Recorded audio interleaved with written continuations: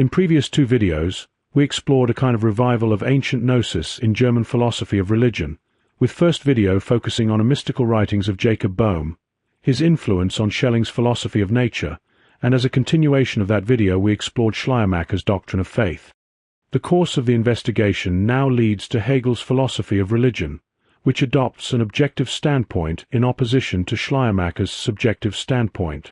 Viewed generally, these two positions are strongly antithetical, despite the fact that the two systems of religious philosophy, having taken mutually opposed standpoints, remain in such close and reciprocal contact that their parallel presentation in these two forms, each closely connected with the other, has contributed greatly to establishing the independent significance of the philosophy of religion, an importance that can no longer be denied. Schleiermacher's subjective standpoint, that of an absolute feeling of dependence without an absolute possessing objective content, itself necessarily points toward the Hegelian standpoint of objectivity. At the same time, it must be acknowledged that this transition can scarcely occur more quickly or directly from any position than from that of Schleiermacher's Christian doctrine. Yet whichever of these two standpoints is adopted, and whichever of the other positions is subordinated to it as apparently unscientific, the issue must always be approached as a problem belonging to the philosophy of religion if it is to be scientifically established that the concept of absolute religion undeniably belongs to Christianity itself. The philosophy of religion has acquired this greater significance through both Schleiermacher and Hegel. Yet the difference between them is expressed in a particularly striking manner. Nothing does Schleiermacher more earnestly seek to separate his Christian doctrine from than the assumption that philosophy has anything to do with faith. Hegel, by contrast, insists most emphatically that philosophy has the task of bringing religion to the true concept of itself and elevating faith to knowledge, because philosophy and religion ultimately coincide, and because the object of religion, just like the object of philosophy, is eternal truth in its objective form, namely, the Absolute or God. A distinctive characteristic of Hegel's philosophy is that it treats the philosophy of religion as an integral part of philosophy as a whole. Since the parts of philosophy are understood as links in a chain or as members of a circle, developed in their connection and presented according to their necessity, the necessity of religion likewise follows from this interconnectedness. Thus the philosophy of religion is the point at which religion first assumes the form of a system complete within itself. Yet however distinctive Hegel's philosophy may be, its position and significance accorded to the philosophy of religion also reveal its remarkably close relationship to ancient Gnosis.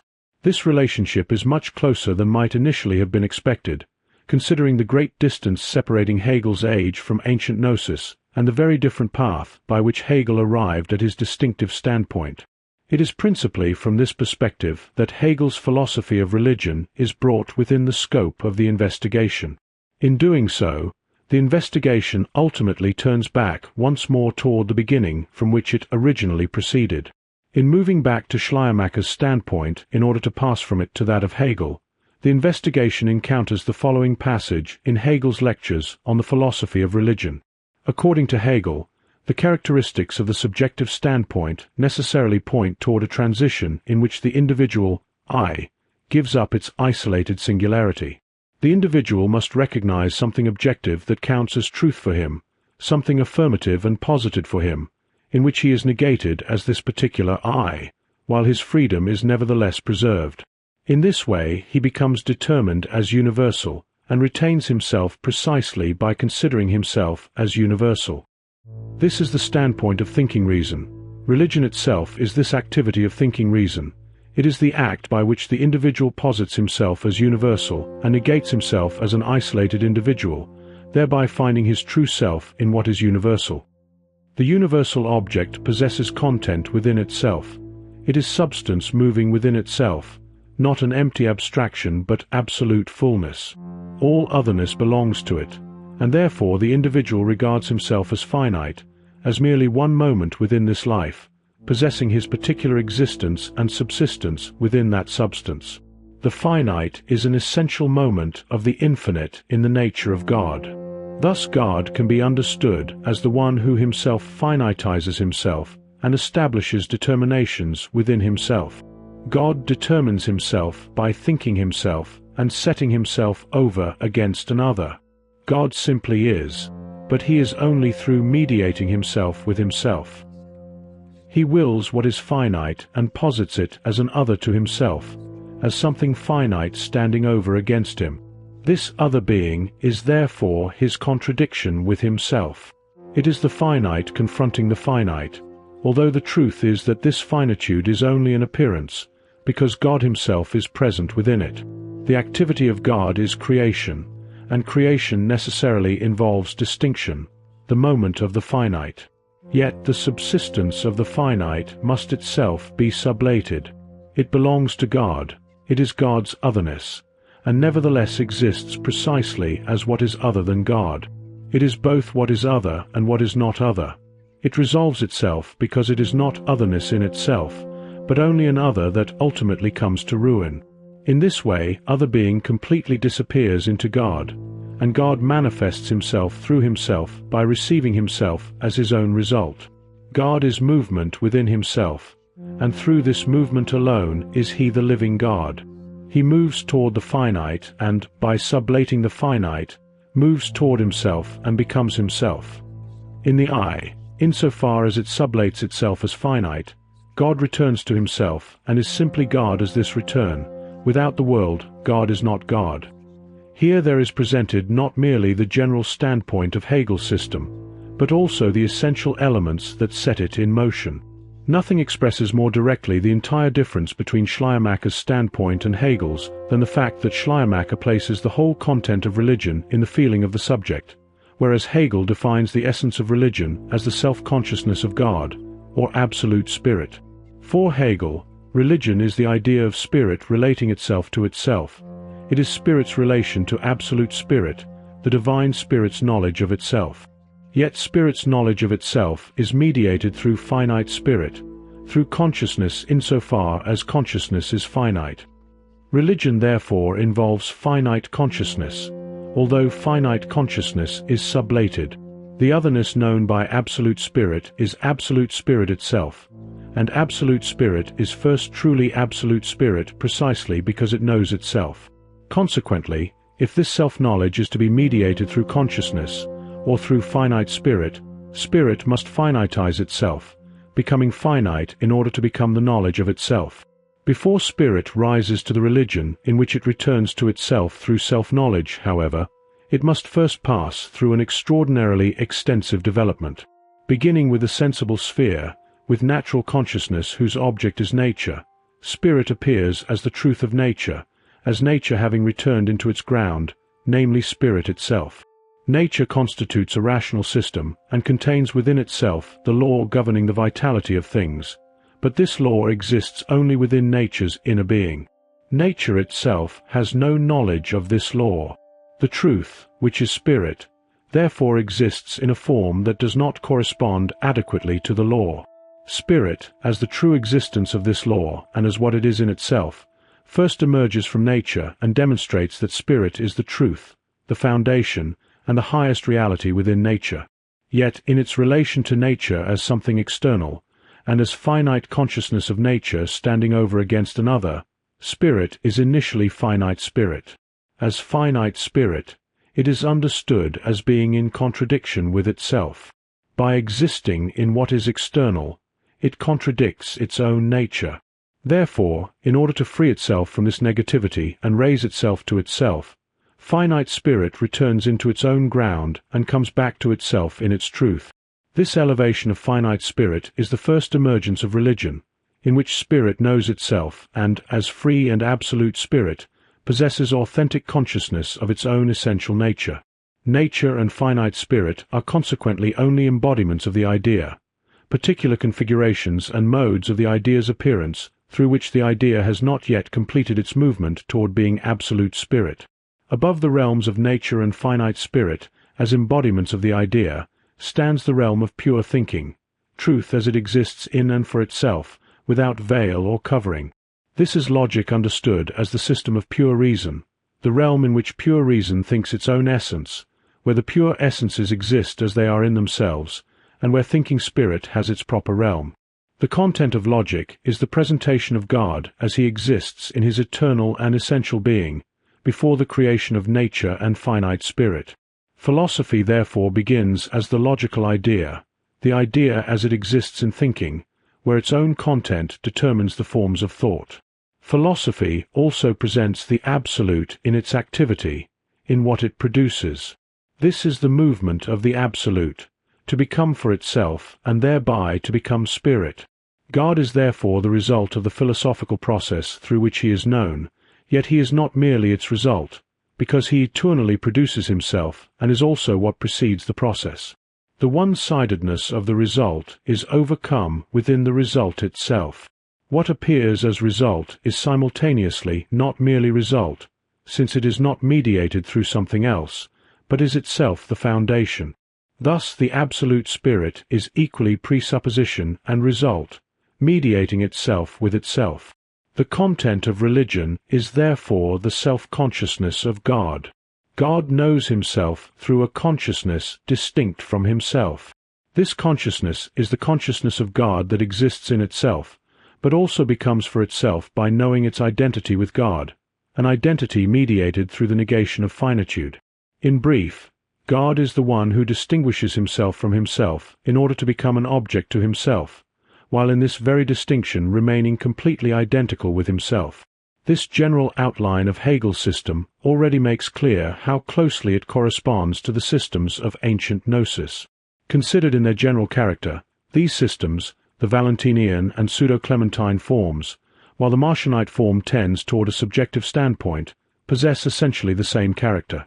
They share the same principle, and the stages through which they develop are likewise the same. At the summit of these systems stands absolute spirit as it exists in itself, in its pure abstraction and objectivity. In the Valentinian system, the eons in which the one supreme ruler reflects himself are simply the pure thoughts and pure essences through which spirit thinks its own essential nature. They represent the pure self-movement of spiritual life existing in itself. In the pseudo-Clementine system there is at least Sophia, who, as the soul identical with God himself, is conceived as bound to him. The distinctive feature of the Marcionite system is its positing of the higher, invisible God, without any objective content, as something of which consciousness is possible only in an abstract way. Within the eons of the Valentinian system, however, unity also contains distinction. Spirit distinguishes itself from itself, moving toward other being and toward finiteness and perishing. Here the same principle applies that Hegel expresses concerning God when God is considered in his eternal idea, in and for itself, within the element of thought, as before or apart from the creation of the world, and therefore in his eternity as the abstract idea. God eternally differentiates himself, but what is differentiated from him does not yet possess the form of an other being. What is differentiated is still simply that from which it has been distinguished. Spirit is revelatory as itself, differentiating itself for the spirit to which it is revealed. Spirit is the eternal idea, the thinking spirit. It exists in the element of freedom, and is God insofar as he reveals himself because he is spirit, although he is not yet what appears externally. He is still pure thought for spirit. This is the theoretical consciousness in which the thinking subject relates to itself in a completely undisturbed manner. It has not yet been posited within the process, but remains related to itself in the unwavering stillness of thinking spirit, corresponding to the Gnostic idea of silence. God is thought for spirit, and this follows directly from the fact that through his own differentiation, which still remains entirely within pure ideality and has not yet proceeded into externality, God unites with himself. God is immediately together with himself in the element of thought, corresponding to the Gnostic idea of the boundary and the concept of thought. God is spirit, and no darkness, shadow, or mixture enters this pure light, corresponding to the Gnostic conception of the light of the Father. God, or spirit, is nevertheless process, movement, and life, meaning self-differentiation and self-determination. The first distinction is that God exists as the universal idea itself. In this judgment or division, there is something other, something standing over against the universal as what has been distinguished from it. Yet the whole idea of God remains in and for itself, so that these two determinations are also identical with each other and constitute the one. Spirit itself is this unity. Expressed in terms of experience, spirit is eternal love. Love distinguishes between two beings who nevertheless remain completely undivided from one another, corresponding to the Gnostic concept of paired beings. Love is the consciousness and feeling of this identity. God is love because God is both this distinction and the nullity of the distinction. It is a play of distinction that is not taken in earnest, a play of love with itself that does not reach the seriousness of other being, separation, and disunion. The difference is immediately posited as overcome within the simple and eternal idea. A comparison of this position with the preceding account of the Valentinian doctrine of the eons clearly demonstrates how closely the two agree once the essential is separated from the non-essential and the contingent form from the underlying idea. What the Gnostics chiefly share with this position is that, in their pleroma, in the realm of the eons, they likewise posit the identity of absolute spirit with itself as containing distinction, while this distinction is immediately annulled or overcome. In the first form, corresponding to the Gnostic pleroma, and to what Hegel also calls the kingdom of the Father, the distinction does not yet become an actual distinction. The situation changes, however, with the second form, in which the absolute and eternal idea of God, through the creation of the world, enters the element of consciousness, representation, and difference. What initially appeared only as a distinction within the pure form of the idea, in the element of thought, now becomes actual. What had first been expressed only ideally and remained within unity is now understood as other being and takes on the character of otherness. A relationship therefore arises. By relating itself to another, spirit is no longer eternal spirit but finite spirit, unreconciled and alien. This is the creation of the world. Created being, as otherness, divides internally into physical nature and finite spirit. Nature is the existing externality, that which is distinguished from God, while its manifold character provides the sphere in which finite spirit exists. Created being is therefore an other, completely outside God and separated from Him. The idea has divided itself and fallen away from itself. In the Valentinian systems, the ideal world, the world of light, and the pleroma likewise divide themselves into the created, real, and finite world through the fall of Sophia Achamoth. As Sophia below, she is consequently distinguished from her mother, Sophia above. With her, the distinction that had been merely a kind of play within the eons of the pleroma, an appearance that annulled itself, becomes something serious and actual. Conceptually, she can be understood as the being existing outside the pleroma, fallen away from it and separated from it, according to the succession of her changing conditions. She therefore appears appropriately as the spirit responsible for otherness. This other being immediately divides into two aspects: external nature, which in the Valentinian system clearly appears as spirit objectified in externality, and finite spirit, the psychical element which, according to its true concept, is finite spirit. The demiurge, as the principle of the psychical realm, together with human beings, who are psychical insofar as they are created by him, constitutes finite spirit. The knowledge of the demiurge is restricted to external nature, the sphere in which he acts and over which he rules. The pseudo-Clementine system contains the same element corresponding to this second form of Hegel's system. This appears partly in the derivation of matter from God, through which the monad becomes the dyad and the antitheses and succession of paired beings begin to develop, and partly in the sudden reversal within those paired beings, through which the inferior member becomes the primary one. In the Marcionite system, however, the entire process, however much it may be understood as occurring beforehand and beyond consciousness, so that the system itself has no awareness of it, is simply posited as the antithesis between the visible and the invisible, whereas the second form is the self-positing of negation, because absolute spirit appears within it as other being. The third form is the annulment of negation, the negation of the negation.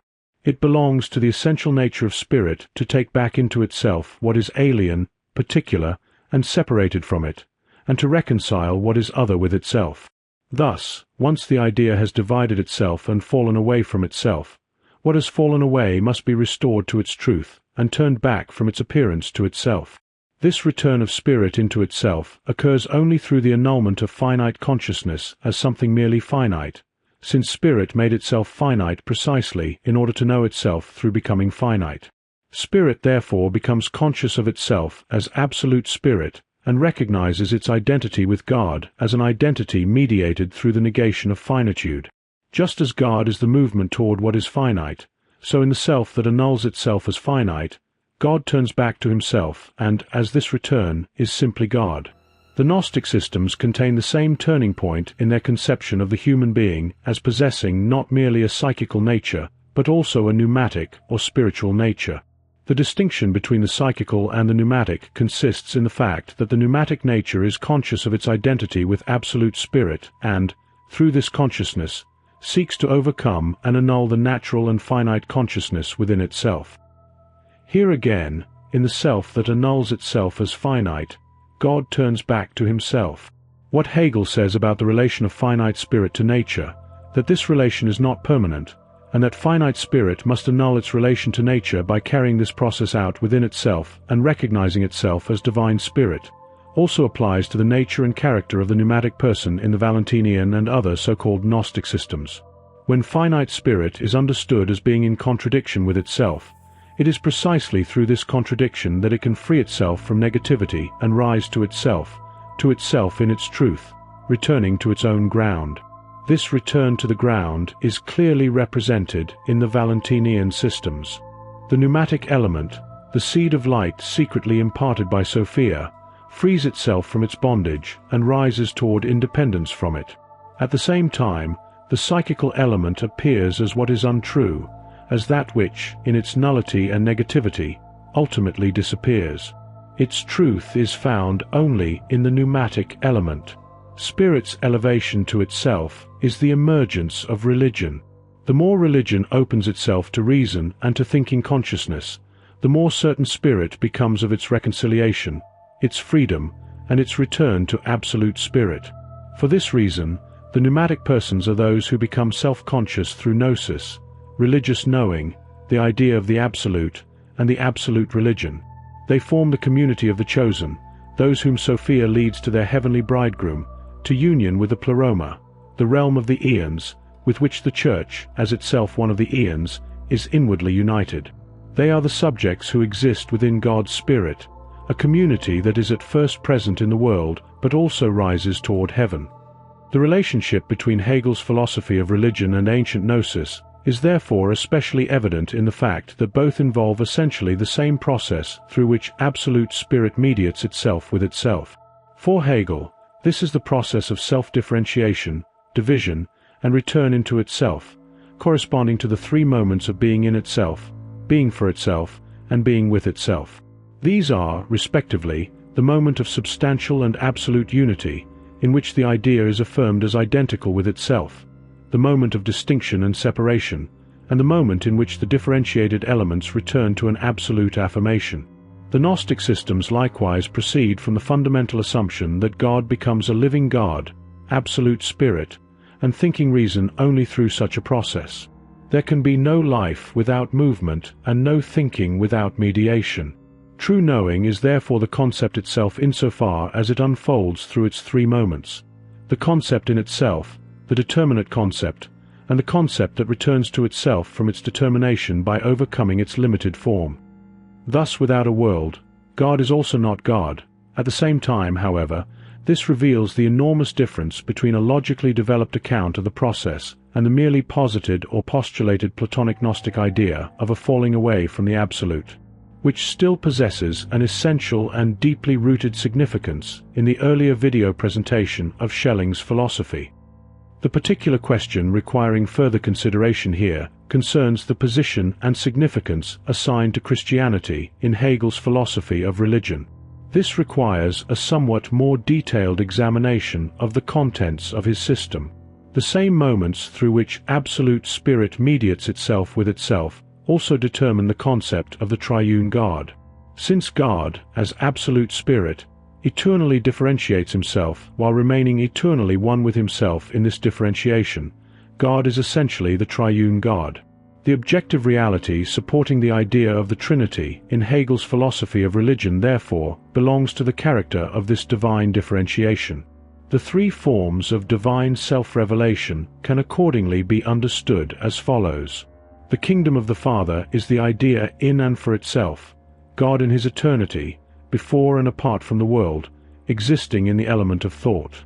The kingdom of the Son is God as he exists for representation, in the element of his presentation as such. It is the moment of separation as such. This second standpoint retains what, in the first standpoint, was other than God, although it did not yet possess the determination of being another. The pure ideality of thought is therefore no longer maintained here, whereas in its initial determination God merely begets a Son. Here he brings forth nature. Nature is now the other. Distinction and difference become actual.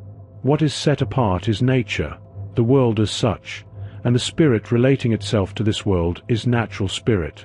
The kingdom of the Spirit preserves the consciousness that human beings are reconciled with God in themselves, and that reconciliation exists for humanity. The distinction and elaboration of these three forms cannot be achieved simply by transferring the theological idea of the Trinity directly into them. Each form contains all three moments, the one, the other, and the other as overcome, as identical with the one. Thus unity and difference are present in all three forms, although they appear differently in each. Furthermore, if the Christian idea of the Trinity is taken as the starting point, where the Father is not yet what the Son is, and where the essential being that remains enclosed within the Father first opens itself outward in the Son, there is an easy temptation to place the Son above the Father. This tendency is clearly evident in the systems of Bohm and Schelling. The Father, as the principle of real and natural being, is the one that comes first. Thus the beginning actually occurs with differentiation and other being, although the ground of this otherness is not yet properly understood.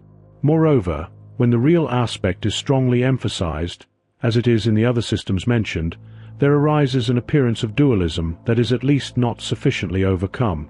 In Hegel's system, this apparent dualism is prevented from developing, because everything that belongs to the first principle of Bohm and Schelling is regarded by Hegel as other being, as the other in relation to God, and no differentiation exists apart from the positing of this distinction. Yet Bohm and Schelling are justified in maintaining that separateness cannot be separated from the concept of the Father, precisely because, as Father, he begets and creates, and this necessarily belongs to the moment of distinction. At the same time, the Son, as Son, is likewise the unity of differentiation as well as differentiation itself. Hegel therefore expresses the relation of Father, Son, and Spirit by saying that the abstract God, the Father, is the universal, the eternal, encompassing, absolute differentiation. The other, the Son, is the appearance of infinite separateness or particularity, and the third, the Spirit, is singularity as such. Accordingly, distinction or difference occurs only between the Father and the Son. Since the Father and Son are one in the third moment, this unity is also equivalent to the first unity. If these forms are therefore to be specifically distinguished from one another, certain points must be firmly maintained. The all-pervading distinction within the divine life, which in the first form is determined simply as an internal distinction, so that the process is nothing more than a play of self-maintenance and self-confirmation, becomes external in the second form and therefore unfolds itself completely. This point receives its clearest expression in Hegel's account of the particularity of the judgment or primal division. In this moment, the concrete eternal being is presupposed. What, in the moment of universality and in the sphere of pure thinking, exists within the eternal realm, brings itself forth as the Son while remaining in original identity with what has been differentiated. Its movement becomes the emergence of appearance, the falling apart of the eternal moment of mediation, of the only Son, into an independent opposition. On one side stand heaven and earth, elemental and concrete nature. On the other stands spirit in relation to them, and therefore finite spirit. Finite spirit, as the extreme of inherent negativity, makes itself independent and becomes evil. It reaches this extreme through its relation to a nature standing over against it, and through the naturalness that results from this relation. Yet even within this naturalness, when it thinks, finite spirit is directed toward the eternal, and for this reason remains externally related to it. Nevertheless, even in this sphere, which can rightly be called the kingdom of the Son, The antithesis arising from the Son's independence must be understood as a superseded antithesis. Although the Son is other than the Father, as Son he remains one with the Father. In this sphere the Son enters into the world, and this entry is understood in the sense of faith when the Son is said to have entered the world. The divine, therefore, appears outwardly in the Son. Yet the distinction manifested in the sphere of the Son is itself superseded in the Son, because the distinction between Father and Son is already inherently overcome in the eternal sphere of universality, and is mediated in an eternal manner. If, therefore, the distinction posited in the second sphere is itself regarded as superseded, the third sphere, the kingdom of the Spirit, can distinguish itself from both the second and the first only through the fact that the distinction is overcome not merely for faith, but also for knowledge and for thinking self-consciousness. The Spirit is called singularity as such in precisely this sense. Singularity as such is the spirit in the community, the collective unity of the subjects or persons who exist within God's Spirit. Bohm makes the same distinction between the Holy Spirit and the Son. Each of the three forms therefore contains the same mediation, although the manner in which that mediation operates is considered from different standpoints. In ancient Gnosis, the relation between the higher Sophia and the lower Sophia provides a corresponding example. Although distinction is present in the higher Sophia, she nevertheless remains in identity with the Pleroma, and however independent the antithesis may become in the lower Sophia, she too remains a superseded antithesis. She is raised once more into the Pleroma, and it is in the totality of the spiritual ones, who are identical with her, that what spirit has ultimately become is united with the Absolute. This expresses the central principle of Hegel's religious philosophy. The antithesis can be superseded for individuals only because it is first superseded in itself, just as, according to Valentinian teaching, everything below has its archetype in what is above. Accordingly, it is in the sphere of the Son that the distinction, having become external and manifest, appears in its fullest extent. The independent antithesis reaches its highest point in the human being. Finite spirit, with nature as its sphere of activity, is the human being. It is therefore necessary to determine what human nature is and what the vocation or destination of human beings consists in. The two apparently opposite claims, that human beings are by nature good and in harmony with themselves, and that they are by nature evil, can be reconciled in the following manner. A human being is by nature good because the human being is inherently spirit and rationality, and is created with and according to the image of God. Since God is goodness, the human being as spirit is therefore God's reflection and is goodness in itself. This proposition is the foundation for the possibility of reconciliation. Yet the very claim that a person is good simply in oneself contains a defect, because it is one-sided. A person is good inwardly, according to the concept of what the person is, but for precisely that reason is not yet good according to what the person actually is. The other side is that a person must become for oneself what one already is in oneself. As spirit, the person must emerge from the natural state and immediate condition and overcome the separation between the concept and immediate existence. This is the concept of spirit, together with the divided condition or estrangement that is immediately connected with it. Because human beings are spirit, if they exist merely according to nature, they are evil. Their natural being is what is evil. The absolute demand is that a person should not remain merely a natural being. Insofar as a person is good, that goodness must be realized through one's own will. Therefore a person must become conscious that one is not as one ought to be, but that in oneself one is evil. Two forms of antithesis must consequently be overcome. On the one hand, there is the antithesis of evil itself, the fact that the person is what is evil, and thus stands in opposition to God.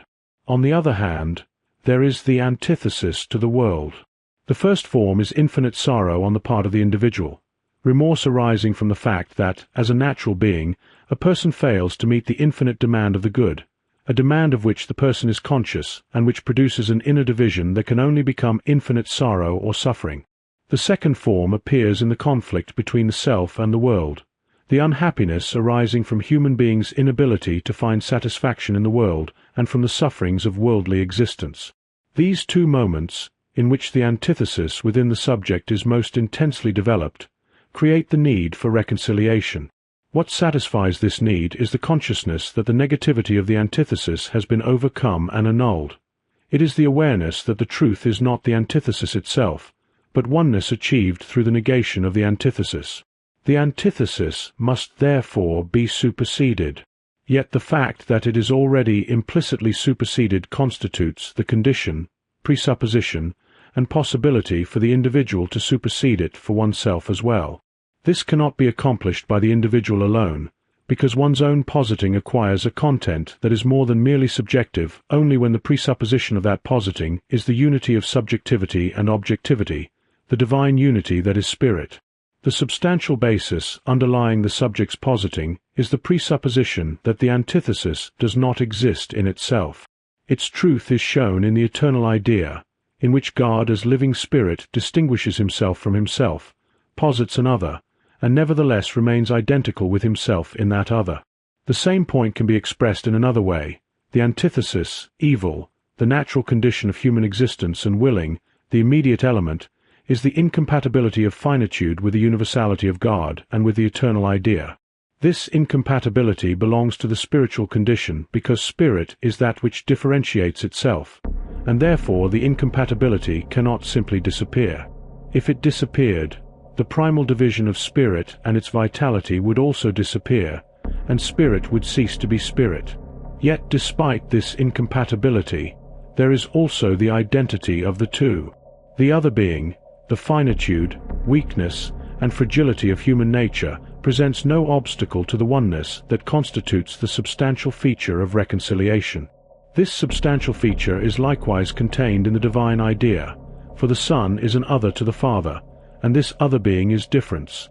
Otherwise there would be no spirit. Yet the other is God, and contains within itself the entire fullness of the divine nature. Otherness therefore presents no obstacle to the other being the Son of God, and thus God himself.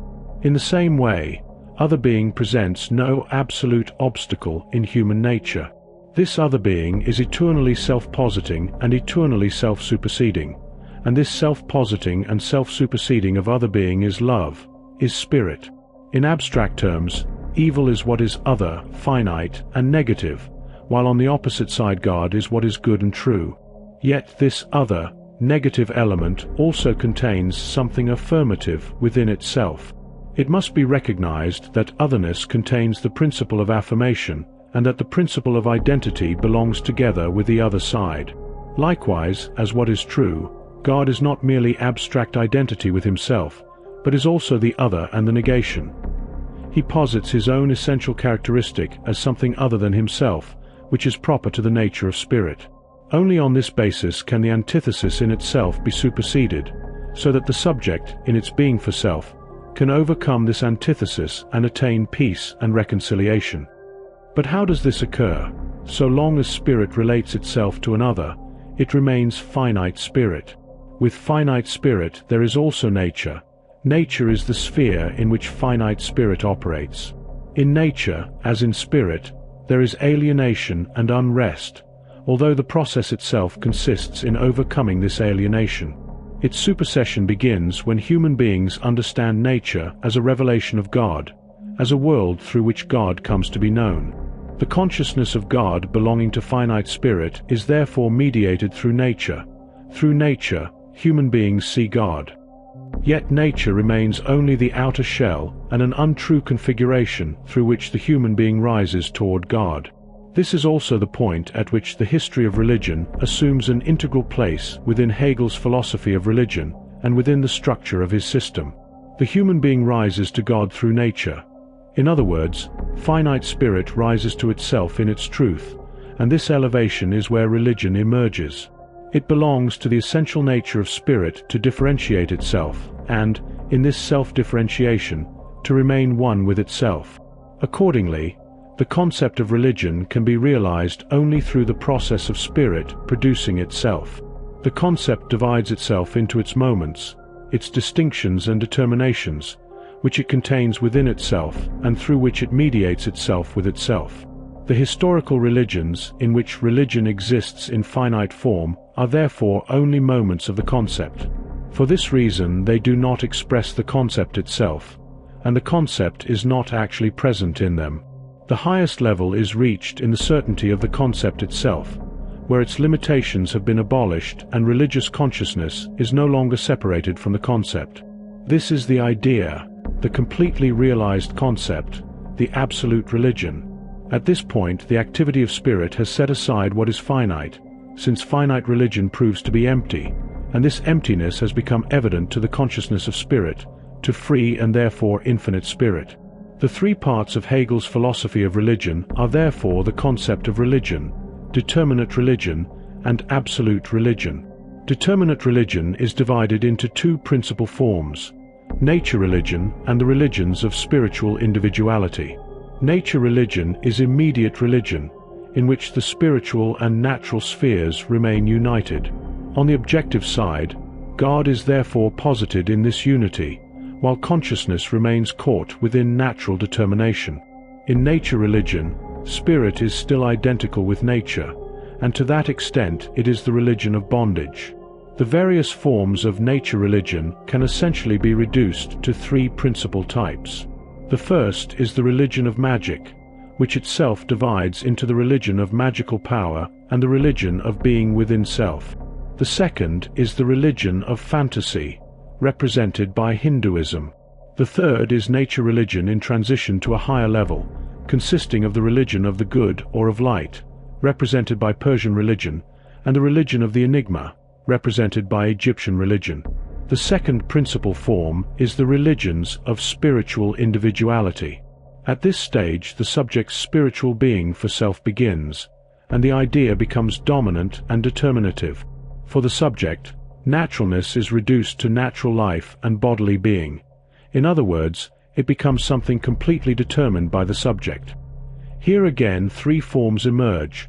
The first is the religion of sublimity, represented by Jewish religion.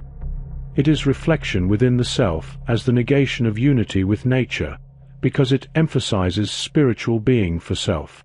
It posits spiritual unity within itself, in likeness to God, and places it over against the natural sphere as something non-essential.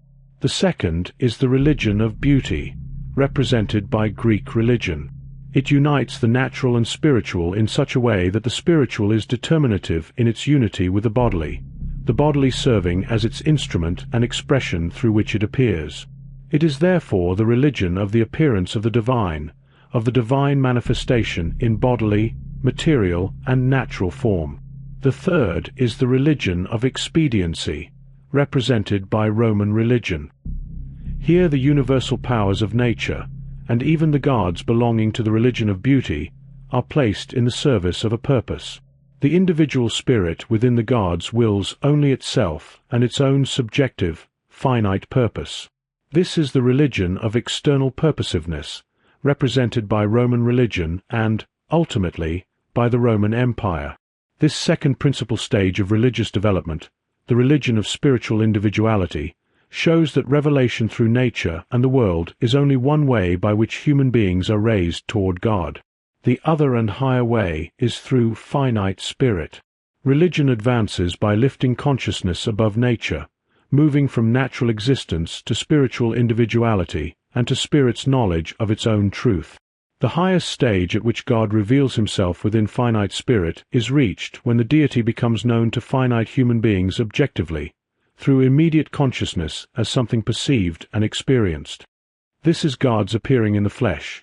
God must be known as being for another, as present to human beings, and here the human being means the singular human being in whom God appears in the flesh. Reconciliation can become an existing possibility only when the inherent unity of divine nature and human nature becomes known. Human beings can know themselves as received into God only when God is not something foreign to them, and only when they are not merely peripheral to the divine nature, but are received into God according to their essential nature and freedom, as subjects within God. This inherent unity of divine and human nature must be revealed objectively, and this takes place through God's incarnation. God becomes human so that finite spirit may possess the consciousness of God's presence within the finite sphere itself. If the nature of spirit, the nature of God, or God as spirit, is to be revealed to human beings, God must appear as spirit in the form of immediacy, as perceptibly present. Yet God's perceptible presence can take no other form than that of a human being. In the perceptible and worldly sphere, the human being alone is spiritual. Therefore, if the spiritual is to become present in perceptible form, it must appear in human form. The unity of divine and human nature, the human being in its universality, and the truth that there is simply one reason and one spirit, which as finite has no genuine existence of its own, is the concept of the human being from the standpoint of speculative thinking. But here the concern is not merely with the thought of the human being as such. It is with perceptible certainty, with the fact that human beings should become certain that divine nature and human nature are one, and that this certainty should take the form of direct sensible perception and external existence. Human beings regard as certain what they directly perceive, whether internally or externally. Therefore, if they are to become certain of this unity, God had to appear to the world in the flesh. This is consequently where the appearance of Christ as an event in world history finds its place in the philosophy of religion. This historical phenomenon can be regarded in two ways, directly and externally, in a manner accessible even to unbelievers, or through faith and in the Spirit. From the direct standpoint, Christ is simply a human being, although one who embodied the truth in his life and died as a martyr for the truth. For the unbeliever, the external account of Christ is comparable to the account of Socrates. Yet the death of Christ initiates the transformation of consciousness, for it is the center around which consciousness turns. Understanding it requires a distinction between external understanding and faith, because faith considers it in the Spirit. Faith is truth proceeding from the Spirit, from the Holy Spirit. Viewed externally, Christ is a human being like Socrates. But Christ understood as the one in whom the divine nature is revealed represents a higher mode of regarding him, because faith is essentially consciousness of absolute truth, of what God is in and for himself.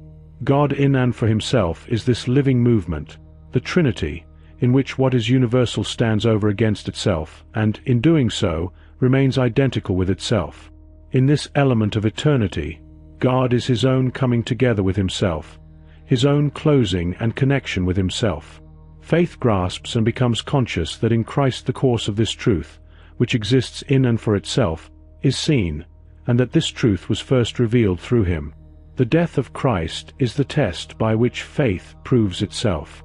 Christ's death sets aside the merely human circumstances surrounding Christ, because what matters is the understanding of this death in the sense that Christ was God incarnate. Yet taken by itself, Christ's death is the greatest demonstration of absolute finitude, because negation itself belongs to God, although God preserves himself through this process. The process is the death of death, the negation of the negation. God is resurrected. God destroys death by emerging from it, and in doing so finitude, his humanity, and his humiliation are posited as something foreign to the one who is absolutely God. This demonstrates that finitude proceeds from what is other, from the human side standing over against the divine process. This finitude, which at its extreme point, in its being for self against God, is evil, Christ has taken upon himself in order to destroy it through his death. Thus, for those who are truly conscious of the Spirit, the finitude of the human side has been destroyed in Christ's death. In this manner, the death of what is natural possesses the universal significance of negating the finite, and of negating evil as such. The world has therefore been reconciled, because through this death its inherent evil has been removed. In truly comprehending this death, the subject becomes conscious of its own estrangement, which Christ assumed by taking human nature upon himself, but which he negated through his death. This marks the initial formation of the community. The Holy Spirit reveals that relationships that were merely human are transformed into relationships grounded in the Spirit, because the divine nature pours itself into them. Death becomes the passage or return to the original glory, beginning with the account of Christ's resurrection and his ascension to the right hand of God. where the narrative comes to be understood spiritually. The whole account gives people certainty about their idea of God and the assurance that the human being is directly present to God. It does so through its understanding of spirit, particularly through the process in which what the human being is becomes spirit.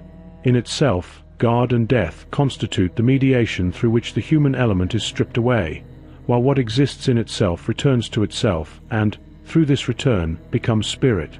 From this understanding arises the knowledge that God is triune, and the biblical narrative is significant because it is itself the story of God, sensible certainty passing over into spiritual consciousness. This is the point that connects the second form with the third, in which the idea exists in the element of the community, or in the kingdom of the spirit. The transition from sensible form into the spiritual element takes place in the community, the congregation. The individual empirical subjects who have their being within God's Spirit constitute the community, in contrast to the subject or person to whom the Spirit has revealed what gives people assurance of reconciliation.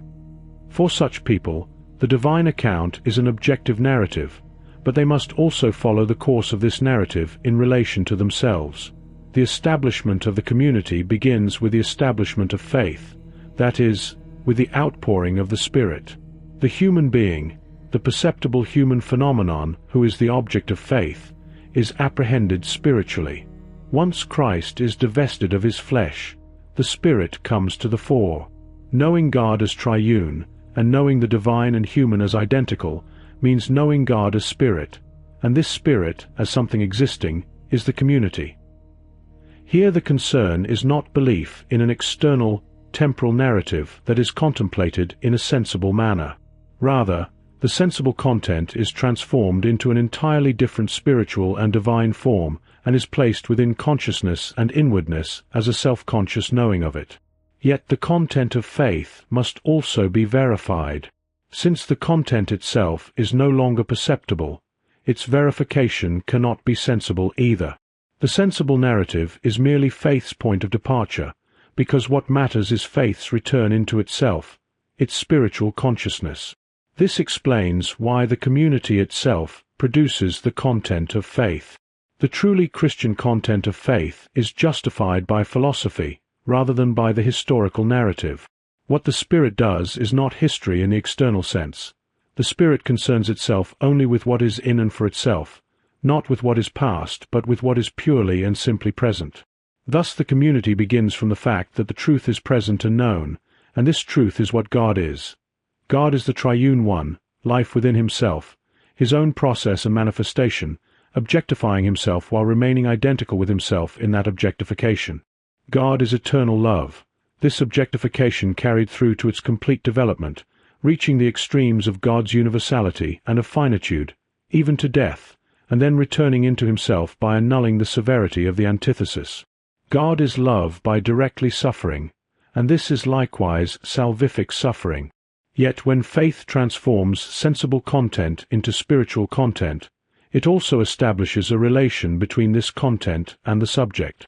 Because reconciliation is accomplished in itself, within the divine idea, and because the idea has appeared so that human beings may be assured of the truth, the subject is called a child of God. This means entering into conscious unity with God, bringing that unity about within oneself, becoming filled with the divine Spirit, and placing oneself within this oneness. The subject can accomplish this only through faith. Reconciliation is accomplished in and for itself, and is made certain only through faith. The difficulty is that the subject is not identical with absolute Spirit.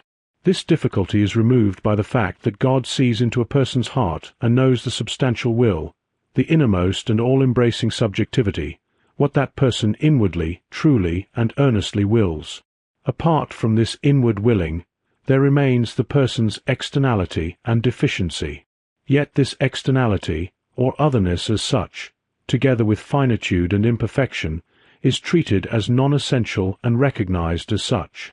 Within the idea, the Son's other being is a passing and vanishing moment, not something true, essential, enduring, or absolute. The evil that human beings do is likewise present as something empty in itself and subject to the power of Spirit, so that Spirit possesses the power to undo it. Faith itself is the divine spirit working within the subject. It is the person's spirit acting through faith against naturalness, overcoming it and casting it aside. This is the concept of the community as such, the idea insofar as it is the process taking place in the person in whom God's Spirit dwells. The concept of the community becomes concrete in the Church, the enduring community in which truth becomes the teaching of the Church and whose highest task is to lead persons to the truth. In the sacrament of baptism, the Church expresses the fact that through baptism a person is born into a fellowship in which God is reconciled in himself. In the sacrament of Holy Communion, a person receives, in a sensible and visible form, the awareness of being reconciled with God.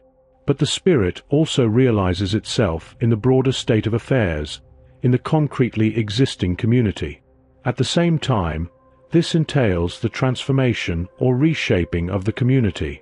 Spiritual religion exists above all in the heart and soul of the community, in its spirit. In its self-contained and undeveloped form, this heart and soul is feeling or sentiment. Yet the community also exists in the world, and therefore becomes something distinct and set apart, so that the divine, objective idea stands over against consciousness as something other than it.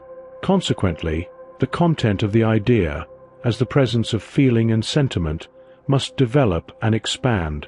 Thus the community, as the kingdom of God, stands opposed to what is ultimately an objective factor. As the external and immediate world, this objective factor is first the heart with its interests. A second objective factor is reflection, abstract thinking, and understanding. A third is the concept. The heart finds reconciliation in religion through itself, although this reconciliation must then actually take place in life within the world. In the first external and objective factor, the initial form of reconciliation is immediate, in which spirituality renounces worldliness and assumes a negative attitude toward the world. The community preserves within itself the state of being reconciled with God by withdrawing from worldliness in a monastic manner. The second form is accommodation to worldliness, in which a worldliness-lacking spirit becomes the dominant principle in relation to the Church. The third form, genuine reconciliation, in which the divine realizes itself within actuality, consists in ethical and lawful life in the state. This is the true form of disciplined worldliness. The second external and objective factor is one that also emphasizes the ideal element for its own sake, namely the objectivity of reflection. When spirit is reconciled with itself, the inward aspect knows itself as existing with itself, and this knowing is thinking. In the most general sense, this is the freedom of reason directed against merely spiritual externality, that is, against spiritual bondage. When it first appears, abstract thinking takes hold of the concrete contents of the Church's thought by applying its own principle of identity. It maintains that, if everything concrete is removed from the concept of God, the result can be expressed by the proposition that God cannot be known. At the same time, proceeding from the same standpoint of subjectivity, it declares that the human being is by nature good. God's objectivity is thereby negated, and with it all other objective characteristics disappear, so that God becomes absolutely one, as in the Muslim religion. The opposing position is that in Christ's spirituality is concretely developed and known as Trinitarian, that is, as spirit. Two extremes therefore emerge in the further development of the community through reflective thinking. One is the thraldom or bondage of spirit within the absolute realm of freedom. The other is abstract subjectivity, subjective freedom without content. The third external and objective factor is that subjectivity develops the content from within itself, yet according to necessity. This is the standpoint of philosophy. The content takes refuge in the concept and receives its justification through thinking. Such thinking is essentially concrete, rather than merely an abstraction or definition governed by the law of identity. The concept produces truth, while at the same time the content is not something simply produced by thinking, but is recognized as truth existing in and for itself. Thus the objective standpoint provides the justification of religion. Religion receives its justification from thinking consciousness through philosophy, which demonstrates the rationality of religion. Philosophy is theology insofar as it presents God's reconciliation with himself and with nature. It does so by showing that nature, as other being, is implicitly divine, and by showing that finite spirit is, in part, itself the elevation of spirit toward reconciliation, while in part it reaches reconciliation through world history. This is not the place for a comprehensive evaluation of Hegel's philosophy of religion, which cannot, in any event, be separated from his system as a whole. For present purposes, it is sufficient to indicate briefly those general features most closely connected with the course of the investigation thus far. The first point to observe concerning the character of this philosophy of religion, or religious philosophy, is that its principal features are demonstrably related to ancient Gnosis. It is therefore to be expected that many of the same objections raised against Gnosis will be encountered again here, although in a different form. The central objection concerns the general assumption from which this philosophy of religion proceeds. Without an inner movement belonging inherently to his own essential being, God cannot be conceived as spirit, as thinking activity, or as an actually living God. This means the process through which God, as absolute spirit, mediates himself with himself and becomes revealed to himself. The opponent argues that this dialectical process of the idea, this eternal self-estrangement together with its eternal sublation, this infinite process through which God becomes the world and God becomes incarnate, destroys the very idea of God. Just as the concept of the ground implies that self-manifestation and actuality follow necessarily from the ground, so the concept of such a God necessarily includes his self-revelation, if this is still to be called revelation. If it belongs to God's nature that he must reveal himself, and if he is necessarily determined to do so, then God would be subject to fate. In the necessary dialectical process into which everything is drawn, the whole process would become mechanical. According to the objection, the idea of God would be contradicted if God were the living God, absolute spirit, only through the movement by which he resolves to become finite and finally returns to himself through the human subject. In other words, God would be spirit and truly God only for spirit. Apart from the fact that this would make God resemble a human being, one who begins from a brutish and imperfect condition and, only through a temporal existence involving changing circumstances and transformations, finally reaches a higher stage of consciousness and fulfills his destiny with the help of another, namely finite spirit. This conception also excludes the possibility of a personal God as creator and of a moral world order. Moreover, if God is spirit only for spirit, and becomes a living God only through his necessary manifestation in nature and finite spirit, then before the creation of the world he would have been neither spirit nor living. The ground of creation would therefore not lie in a personal being, but in a chaotic darkness, an obscure and blindly operating primal ground that was not yet God, though under favorable circumstances and given sufficient time it could become God. The critic would further argue that if the true God is simply the one who returns to himself from his self-divestment in finitude, then he would never at any point be the true God. Divine consciousness would instead be a fragmentary aggregation extending from the dimness of animal existence to speculative thinking, with all these stages operating together. Since creation as a whole, the divine being's self-divestment into nature and finite spirit continues eternally through the dialectical process, God would never fully attain infinite consciousness of himself. This could occur only if philosophical consciousness had illuminated the whole process for itself. There is no denying that such a doctrine of God, as described in this criticism, would not constitute a very worthy conception of God, whether or not it accurately represents Hegel's doctrine. If this conception of the personal God is set against Hegel's idea of God, it must nevertheless be acknowledged that nothing arbitrary or contingent can belong to God as the absolute. What is free is at the same time necessary, and what is necessary is rational.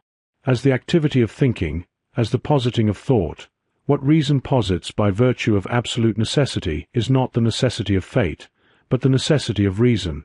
This necessity is simply the essential being of spirit itself. The dualism that remains so dominant in Schelling's system, and that gives support to the charge of fatalism, can be completely overcome only by a system that firmly maintains absolute spirit as the one supreme principle. Therefore, in and for itself, the process through which God becomes a living God does not destroy the idea of the personal God, provided that the process is understood as occurring according to the principle of absolute reason and according to a necessity conditioned by the nature of thinking itself. Nor can such a process, in and for itself, be said to conflict with the idea of God, since the idea of the Trinity, however it may otherwise be designated, provided that it is not reduced to a merely subjective abstraction without objective content, is essentially no different from the eternal process of God's mediation with himself.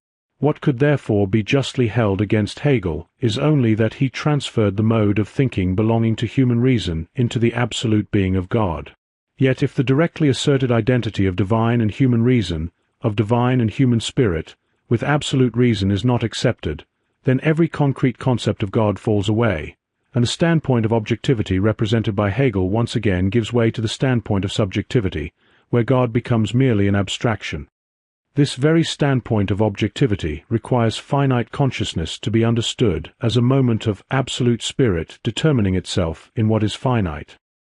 The opponents, however, incorrectly infer from this that God attains consciousness of himself only in the finite consciousness of human beings. The error lies in failing to recognize that it is always finite consciousness itself that is lifted up or sublated, and that it is within this consciousness that the human being knows God, or God knows himself in a human being. It is therefore God's self-consciousness as concrete consciousness, a divine human self-consciousness, the self-consciousness of God incarnate. But if one were to go further and conclude that, because God's self-consciousness is a divine human self-consciousness, it develops itself only gradually in time, then the same would amount to saying that the God who returns to himself from his self-divestment into nature and finite spirit, and who sublates the finite element through religion and philosophy, is never at any point the true God. Such a conclusion certainly appeals to the system's own conception of the being within one another of the infinite and the finite. Yet here again the same one-sided perspective appears, one that holds only to the element of finitude. The spirit that proceeds into finitude, finding itself in contradiction with itself in every finite form, and that overcomes this negativity through the continuous progress of the process and returns into itself, is at the same time the eternal spirit identical with itself.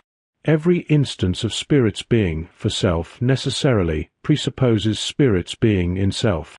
Just as it is said, on the one hand, of God that God cannot be God without the world, so it is said, on the other hand, of the world that for the world to be means to possess only an instant of being.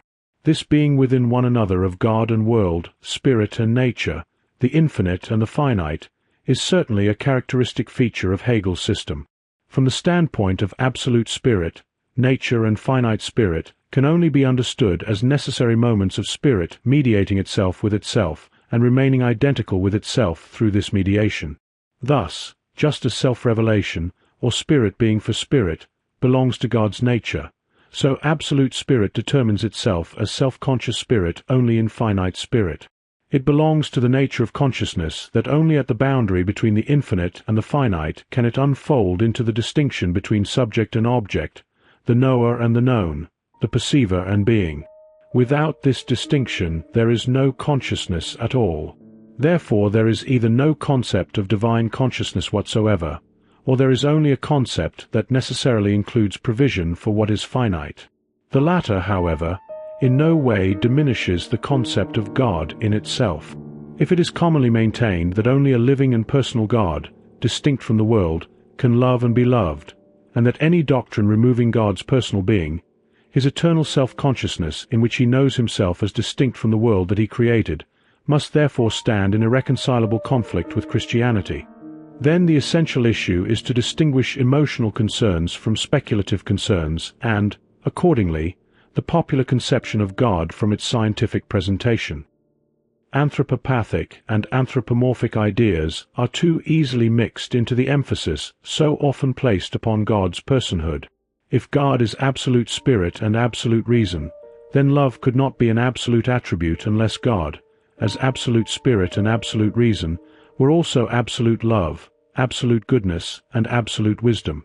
The fear is therefore that, if the customary conception of God's personhood is set aside, God's love will also disappear. Yet underlying this fear is always the assumption that God would then cease to be understood as spirit. If God is genuinely conceived as spirit, then either God as spirit is immediately what is personal, or it is unclear what more the concept of the personal adds to the concept of God as absolute, except that the personal God is the incarnate God, the God who reveals himself in Christ. With regard to God's consciousness as such, his incarnate consciousness can certainly only be a consciousness developing itself through successive moments in time. But if God is neither without the world nor the world without God, what grounds are there for assuming that God's developing self-consciousness is confined to the sphere of human history? What grounds are there for supposing that an endless series of other stages in the development of the world did not precede the stage known to humanity? In other words, there is no reason to exclude the possibility that other kinds of beings may have been forms in which absolute spirit manifested itself as finite spirit.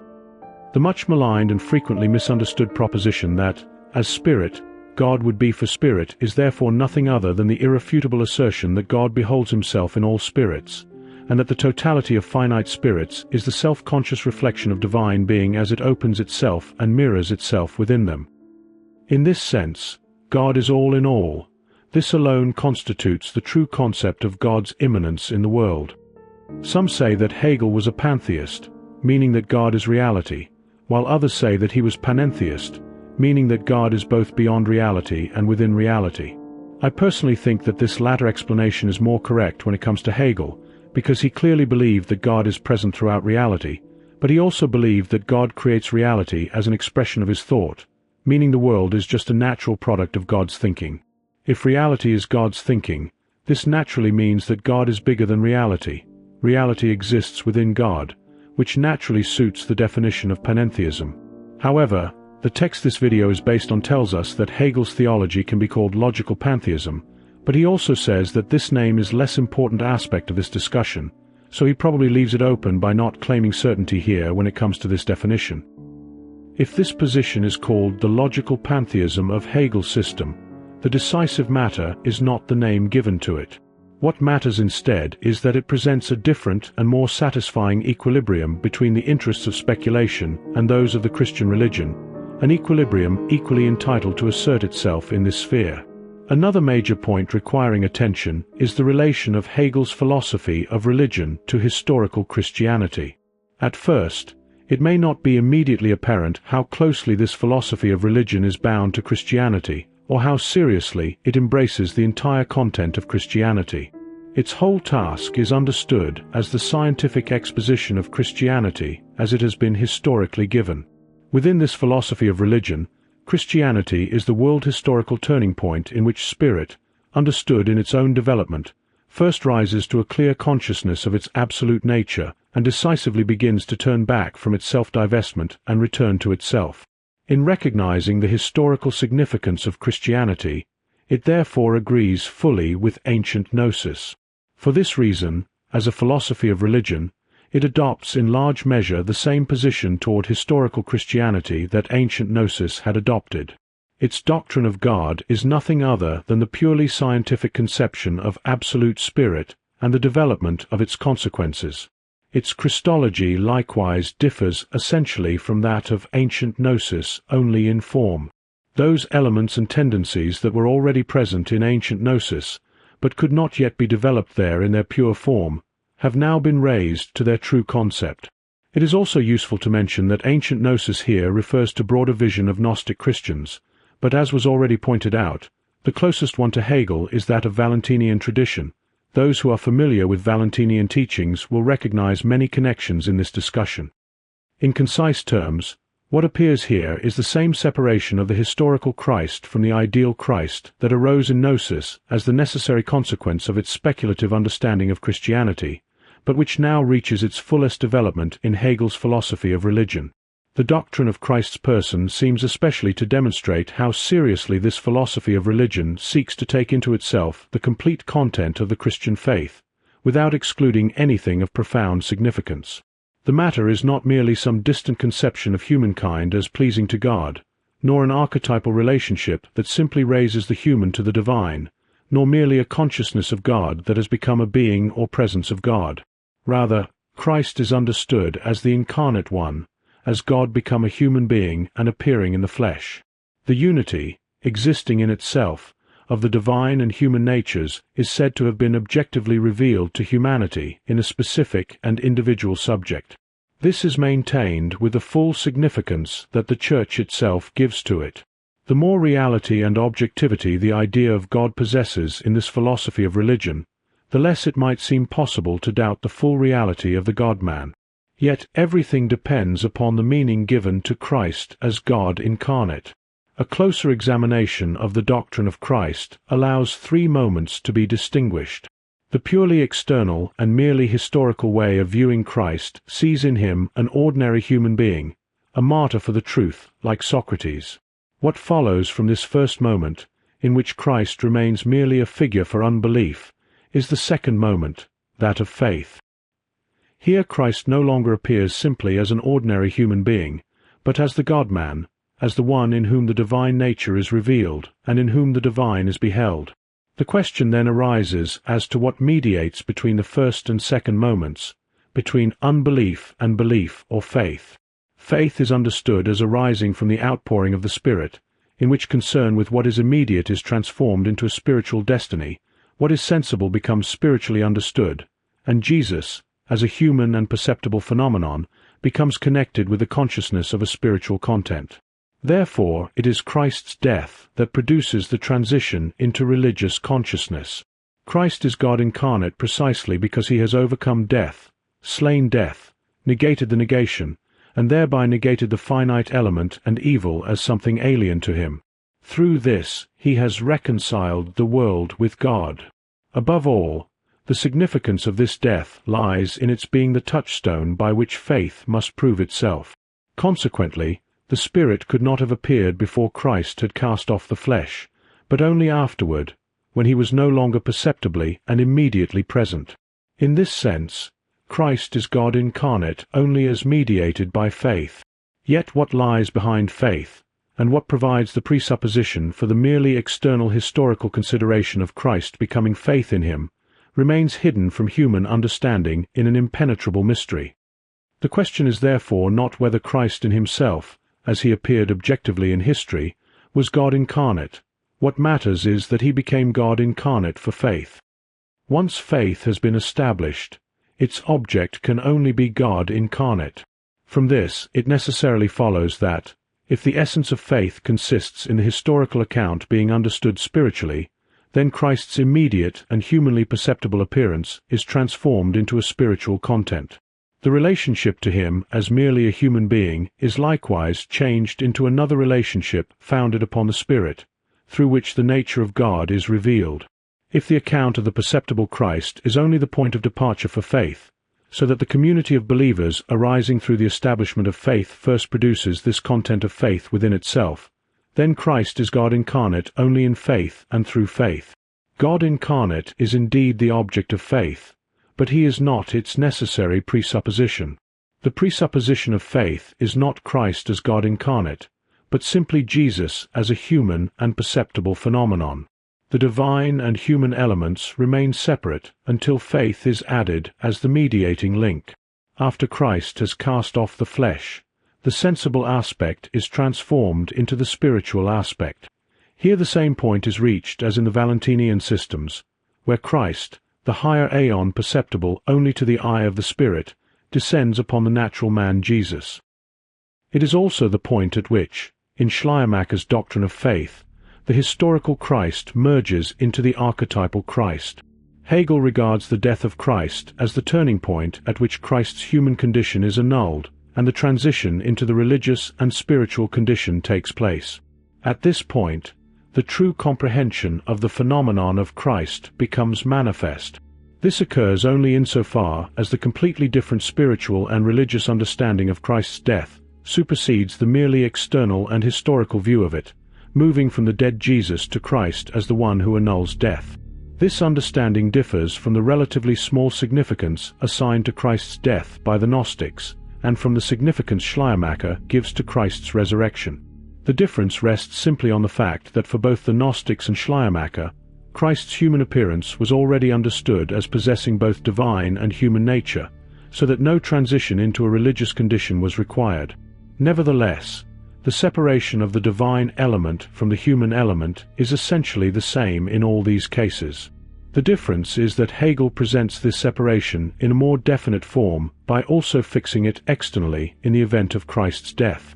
The critical basis for this treatment is that the account of Christ's death is narrated only by those who have already received the outpouring of the Spirit.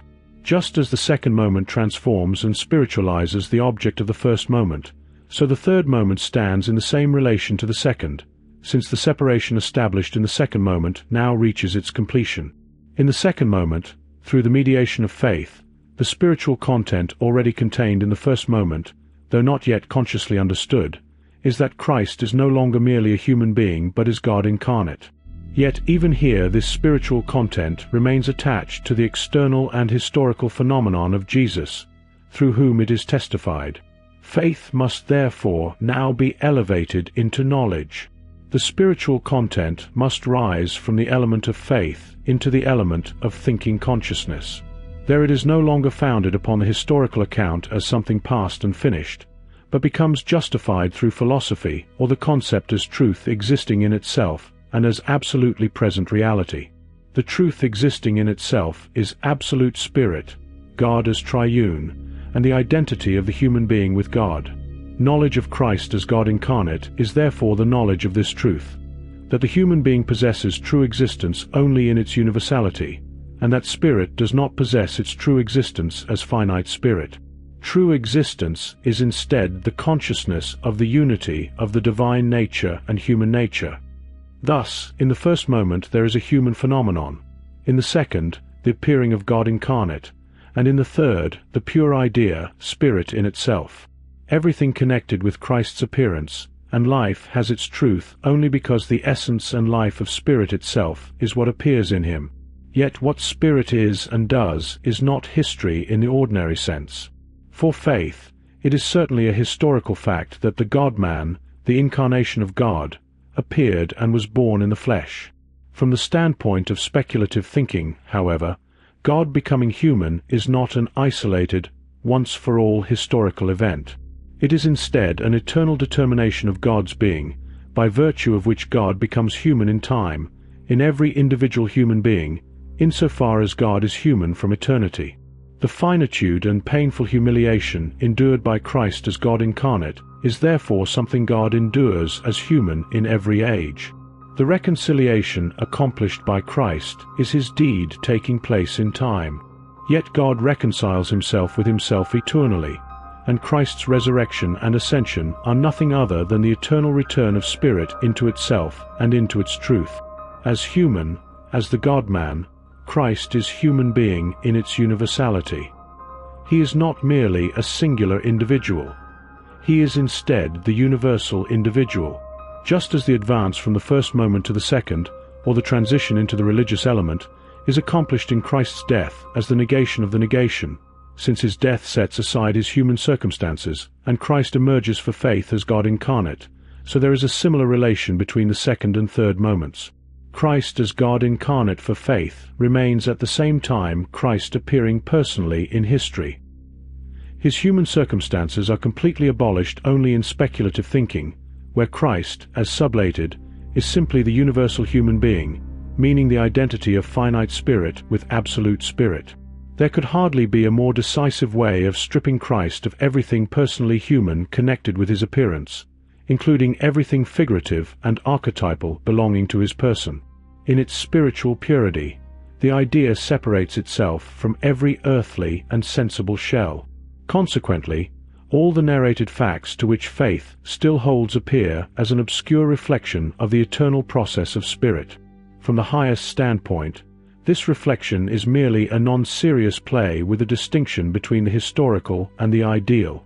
Yet once these exceedingly abstract heights of speculation are left behind, far above the docetism of the Gnostic worldview, the discussion can return to that lower sphere where the distinction properly applies. Here spirit is moved by the inner negativity of the idea, which performs the unceasing labor of world history. At this level, and with considerable significance, this philosophy of religion also takes up the historical appearance of Christ. Human beings are to become conscious of the truth existing in itself, namely the unity of the divine nature and human nature. Through this consciousness, spirit turns away from its self-divestment and finitization and returns to itself. This great turning point in world history takes place uniquely in the appearance of Christ. Only when faith apprehends him as God incarnate can human beings themselves become conscious of the truth existing in itself. Everything of which they become certain must take the form of directly perceived experience and must exist outwardly for them. It must be revealed to them objectively. Christ therefore retains a position and significance that no other person can share, and Christianity is by no means merely one stage on the path toward the absolute standpoint. It is itself the absolute stage. The absolute stage is determined both by the content through which religion is identical with philosophy, and by the form through which religion remains distinct from philosophy. Hegel's philosophy of religion regards Christ as God incarnate only in relation to faith, without specifically determining which objective features of Christ's appearance faith in him actually presupposes. Yet faith in Christ as God incarnate could hardly have arisen unless he was, in some manner, what faith understood him to be. The necessary presupposition is that the truth existing in itself, the unity of the divine nature with human nature, became concrete truth and was first made consciously known in Christ, who expressed and taught it as truth. This therefore constitutes Christ's distinctive prerogative and preeminence. This immediately raises the question of how Christ himself knew the truth. Did he know it in the only adequate form, that of the immanent concept, or did he know it in the untrue form of representation? The undeniable fact is that, in the New Testament accounts, Christ's teachings and pronouncements appear in a form essentially different from the standpoint of speculative knowledge. It therefore becomes necessary to reject the former possibility and affirm the latter. This entails the consequence that, at least with respect to the form of knowing recognized by this philosophy of religion, and only in this respect, the philosopher who knows God is placed above the historical Christ. Yet, on the other hand, it remains unclear why this should be regarded as exposing the most vulnerable and genuinely fatal point of the system. Here the difference surely concerns only the form of knowing, while the content remains the same. According to the principles of this philosophy of religion, faith and speculative knowing, or religion and philosophy, differ in form but are said to be identical in content, always expressing the same truth. This had to be maintained above all, while it also had to be shown that speculation absorbs faith not merely in its form but in its content as well.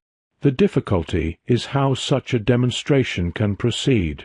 The philosophical system emphatically affirms precisely what constitutes the content of Christ's teaching as God incarnate, the unity of the divine nature and human nature as the truth existing in itself. The difference therefore lies only in form. Faith regards the unity of human nature with the divine nature as a truth historically revealed and dependent upon Christ's appearance in history. Speculative knowledge, however, regards the truth as existing in itself and arising from the very nature of spirit. It certainly becomes conscious of this truth through historical means, but its content does not coincide with the form in which that truth appears historically. How could then Hegel's philosophy of religion remain concerned with a form that, from its own standpoint, can simply be regarded as necessary for perceptual certainty? How could it identify this form with a truth existing in itself, when philosophy rightly understands faith as the transformation of what is sensibly given into what is spiritual?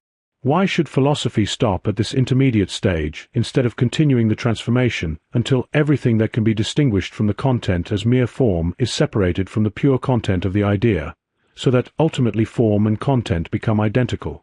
Thus, while it is maintained on the one hand that faith itself contains content and form as two essentially different elements, the position is firmly maintained on the other that, because knowing distinguishes the content of faith from its form, it possesses that content in a form different from the form of faith, and therefore absorbs the content itself. Faith, however, refuses to be absorbed in this way. It allows no separation of content from form, but regards them as inseparably connected, so that the truth of the content cannot exist in any form other than its original form, namely the form historically given externally and from which faith directly receives its content. Any elevation above this form to a higher level immediately establishes a separation between form and content. It places the archetypal Christ above the historical Christ, and once this process begins, it continues until, in the bare idea, pure content finally becomes pure form as well. The central question is therefore always whether faith and knowledge are absolutely antithetical or merely relatively opposed to one another.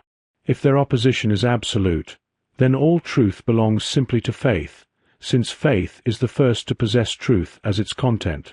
There can then be no knowledge distinct from faith, and consequently no philosophy of religion. For philosophy of religion, as philosophy concerning religion, by its very nature possesses the content of faith in a form different from that in which faith possesses it. If faith and knowledge are only relatively opposed, however, that very position acknowledges the distinction between form and content. Philosophy of religion, therefore, cannot be denied the right to carry this difference and opposition through to its fullest consequences. Hegel's philosophy of religion is the consummate example of this process, bringing the discussion back to the earlier statement that the separation of the historical Christ from the ideal Christ, which philosophy of religion had made its task from the beginning, is completed in Hegel. The ideal Christ of Hegel's philosophy of religion is no longer simply the archetypal figure found in Schleiermacher's doctrine of faith. It is instead the pure idea, the unity of finite spirit and absolute spirit, as the truth existing in itself. Yet the person of the incarnate God, insofar as faith accepts that person as historical truth, is divided into two completely opposite extremes. On the one side, the singular individual whose human circumstances are entirely set aside; on the other, the pure ideality of truth. Precisely for this reason, there remains ample room for the historical Christ in the broad middle between these extremes. If the incarnate God is in himself the unity of the divine and the humanity at one with God, then the historical Christ is humanity in all its members, who together form the living body of Christ, realizing the concept of religion, rising from earth toward heaven, and uniting themselves with God. In his community, which continually grows and receives the fullness of Spirit into itself, Christ, the incarnate God eternally present in the living truth and actuality of history, celebrates the eternal victory of life over death, the eternal feast of his resurrection and ascension. This philosophy of religion, therefore, does not lack a concrete concept of the historical Christ. A few further remarks are still necessary concerning the way Hegel ultimately places the two subordinate forms of religion, paganism and Judaism, in relation to Christianity as the absolute religion. Ancient Gnosis generally tended to regard paganism as standing in a negative relation to Christianity, whether paganism was considered by itself or together with Judaism. Only in the Valentinian system and in the Gnosis of Clement of Alexandria does this relation acquire a more positive character. In more recent philosophy of religion, paganism and Judaism are likewise regarded by Schelling and Schleiermacher as stages of development that precede Christianity. Yet they treat the matter only in general terms, without examining more precisely and developing the relation in detail. Hegel's philosophy of religion has pursued this part of the subject much more extensively. It has not merely presented the individual forms of religion in a comprehensive manner, it has also assigned each form its particular place within the whole, according to its character as an individual moment of the self-developing concept of religion. Consequently, the position of paganism and Judaism in relation to Christianity follows from the preceding exposition itself. The aspect of this interpretation that appears least satisfactory, however, can be explained in what follows. With regard to paganism, Hegel's decision not to extend the concept of nature religion to the whole range of pagan religion is difficult to accept. Hegel defines nature religion generally as the unity of the spiritual and the natural. It places God, as the objective side, in a position where consciousness is still bound to natural determinacy. This natural element means individual existence rather than nature considered as a whole, as an organic totality. Nature as a whole is a universal determination, and therefore has not yet been posited at this initial stage. Instead, some individual natural element, such as heaven, the sun, or another immediately existing natural thing, is regarded as God. But there is no reason why the concept of nature religion should not also apply when nature as a whole determines the content of religious consciousness. What is true of the part should likewise be true of the whole. In both cases consciousness remains bound to what is natural in essentially the same manner. According to Hegel, Indian religion is in fact the only religion assigned to the stage of nature religion. Yet even the definition of nature religion as resting upon individual natural elements does not properly apply to Indian religion. If nature pantheism appears anywhere, it certainly appears in Hindu religion. The limitation of the concept becomes even clearer when Greek religion is considered, since Greek religion is assigned to an entirely different sphere, namely that of spiritual individuality. The essential character of nature religion is spirits being caught up in nature, but this captivity can assume different forms. The fundamental point is any mediation of religious consciousness through nature, any being bound by nature, so long as spirit essentially requires nature. Even this definition, however, remains insufficient unless mediation through nature is simultaneously understood as figurative mediation. Here there is a relation between the figure or image and the idea, between the figurative form and the spiritual content reflected within it, when the governing divine power is represented as existing in visible and natural phenomena. Just as the image or figure assumes many forms in its two principal modes, symbol and myth, so the divinization of nature characteristic of nature religion likewise takes many forms. If nature is only one element within the process of spirit, then spirit must also be recognized throughout nature. Spirit shining through the shell of nature transforms nature into an image of divine spirit, which is the truth of nature. A fundamental defect in Hegel's presentation, one that extends throughout the whole account, is that it gives no adequate attention to the figurative or symbolic mythic character of nature religion. It is consequently because of this omission that Greek religion is excluded from the concept of nature religion. What Hegel calls the spiritual individuality of Greek religion is simply its mythical character. The mythical gods of Greek religion are indeed spiritual individuals and personal beings, each possessing a particular character. But when their origins are examined, their existence can be seen to be rooted in some way in the life of nature. Beneath them lies a particular way of understanding nature, initially grasped symbolically and then personified in myth. They therefore do not possess a truly spiritual individuality. Their individuality is instead figurative and ideal. They are personifications that ultimately dissolve into an image or figurative form, even though it is plainly evident that their individuality seeks to free itself from the figurative and mythical shell and rise toward the higher sphere of free personality. Greek religion may nevertheless be called the religion of spiritual individuality, when it is distinguished from the Oriental religions. But this is essentially only the distinction between symbol and myth, and it still leaves Greek religion within the broader sphere of nature religion. If the task of more recent philosophy of religion also involves assigning paganism a less restricted role than it has traditionally received, then paganism must be understood as a religious form in its own right, shaped by the general course of religious development. In paganism, nature serves as the mediatrix that envelopes the spirit as it rises within the sphere of nature toward religion. The spirit remains clothed in nature's veil, woven from a multitude of colorful images, while this same veil graphically presents the models or types of the gods. Only when the concept of nature religion is defined in this broader manner is it capable of including the form of paganism. It is difficult to determine where such a form can be placed within the organic structure of Hegel's philosophy of religion.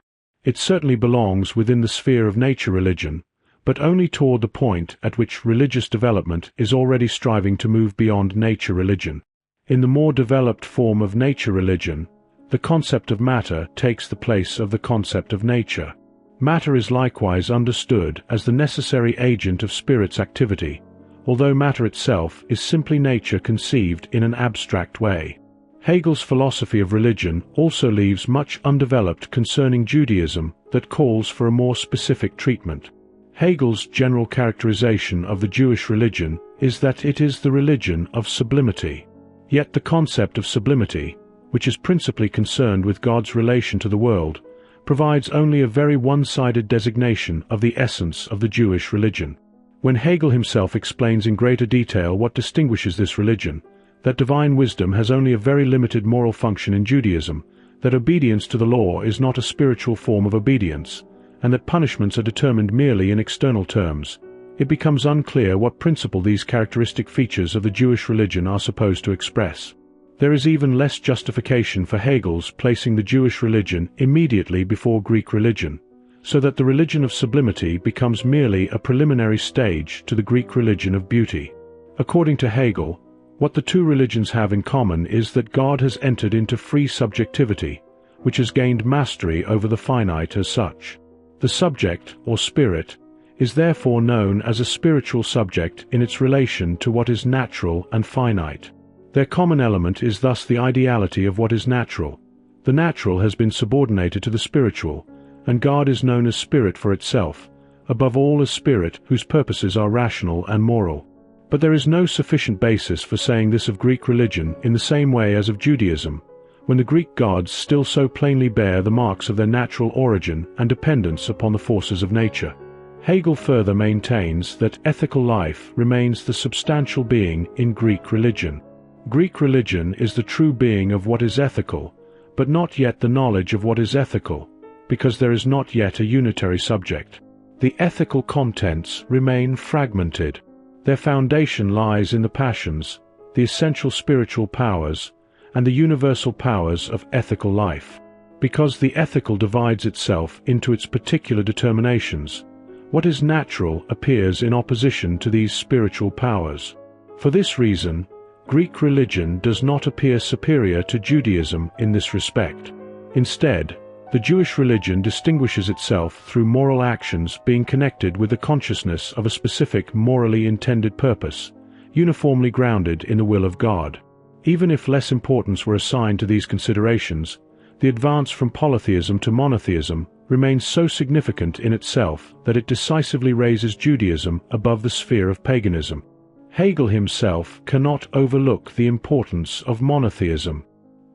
He regards monotheism as necessary for the ascent to the religion of sublimity, because it brings the separate spiritual and moral powers out of their isolation and unites them within a single spiritual unity.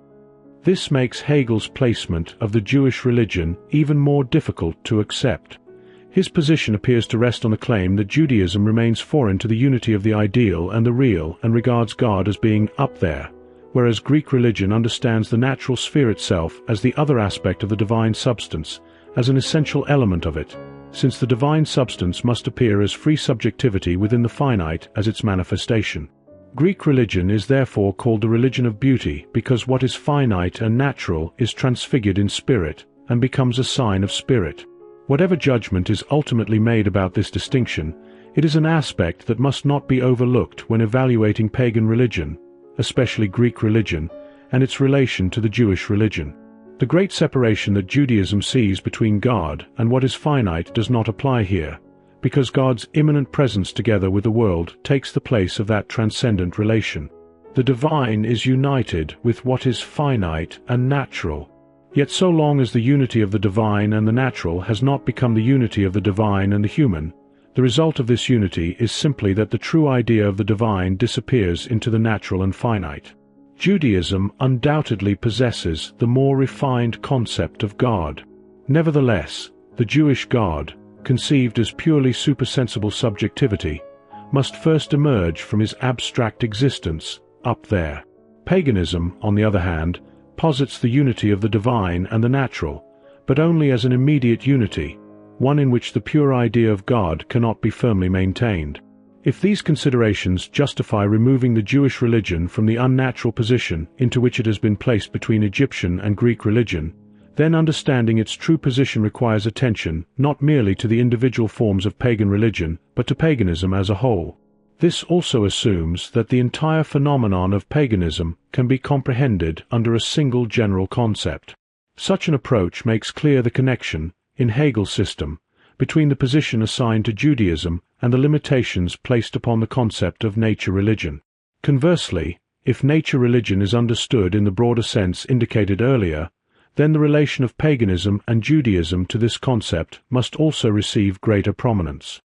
Nothing is more important for defining this relation than the decisive manner in which the Jewish religion rejects every sensuous representation of God's being and consequently establishes a strict separation between God and nature. It regards the unity of God and nature characteristic of paganism as a degradation of God's being, because God and nature are entirely different in kind. Yet this separation of God from nature simultaneously presupposes a positive concept of God of a very different character. In distinction from nature, God can only be spirit itself, self-conscious spirit, a self-determining, free, personal being. Human beings, however, can become conscious of a personal God only insofar as, in distinction from nature, they have become conscious of their own being as persons. Thus, whereas at the stage of nature religion the human relation to God is essentially a relation to nature, at the stage of Judaism it becomes the relation of free, personal being to the free, personal being of God, the relation of spirit to spirit. Nevertheless, religious consciousness understood in this way should not be regarded as immediate consciousness.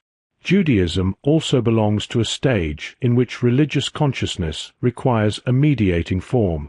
In paganism, nature mediates religious consciousness, because consciousness of God is consciousness of nature. What, then, mediates religious consciousness in Judaism? In brief, consciousness of the Jewish people and the Jewish state takes the place of consciousness of nature. Individuals know themselves and their communion with God only insofar as they know themselves as members of the people and state to which they belong. In paganism, God reveals himself in nature.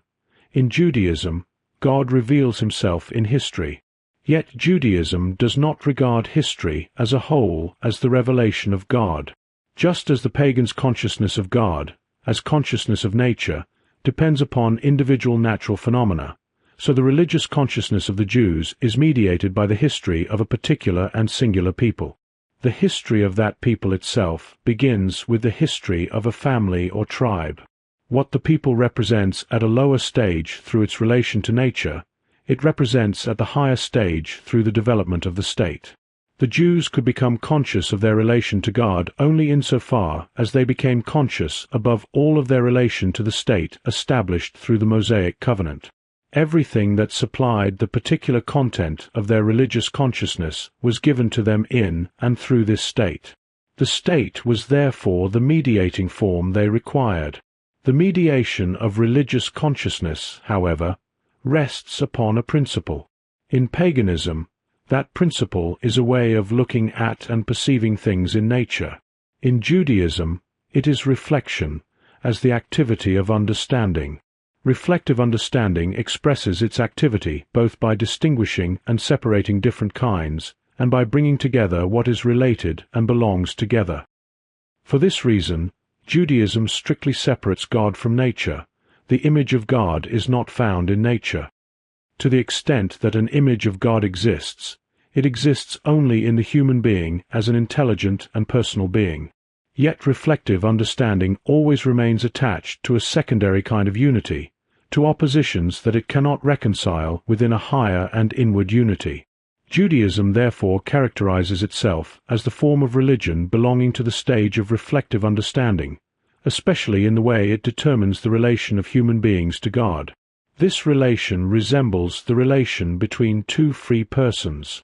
Although human beings remain dependent upon God, they stand alongside God as completely free persons. They possess the right to assert their own will, as the Jewish religion expresses through its conception of the covenant, fully formed as a contract between two parties, involving reciprocal rights and obligations. This relation consequently rests upon a merely external basis. The divine will is, of course, the governing standard for moral actions. Yet human beings have not reached the recognition that the one absolute principle of their spiritual, moral, and religious life resides in God. The divine will, therefore, stands over against them as an external authority in the form of the law. For this reason, Judaism can rightly be called not only the religion of reflective understanding, but also the religion of authority and of the law. So long as the law remains an external authority confronting human beings, rather than gaining an inner life within them through a higher principle, as faith does in Christianity, the law remains something merely to be understood.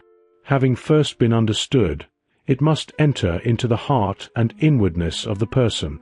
Along with the external authority of the law comes the external authority of a mediator, a person through whom God, by means of a contingently chosen instrument, has revealed the law. With all the other good qualities it possesses, Judaism stands on this point at the same level as Islam. In both religions, authority is the governing principle, and the various features of Judaism can be most reliably understood according to this principle. This applies both to those features in which Judaism stands most strongly opposed to Christianity, and to those in which it has an affinity with Christianity and is most closely connected with it. The principle of authority, together with the dominant tradition that naturally developed from it, produced a multitude of authorities that severely restricted the freedom of the spirit and transformed religion into merely external and mechanical observances.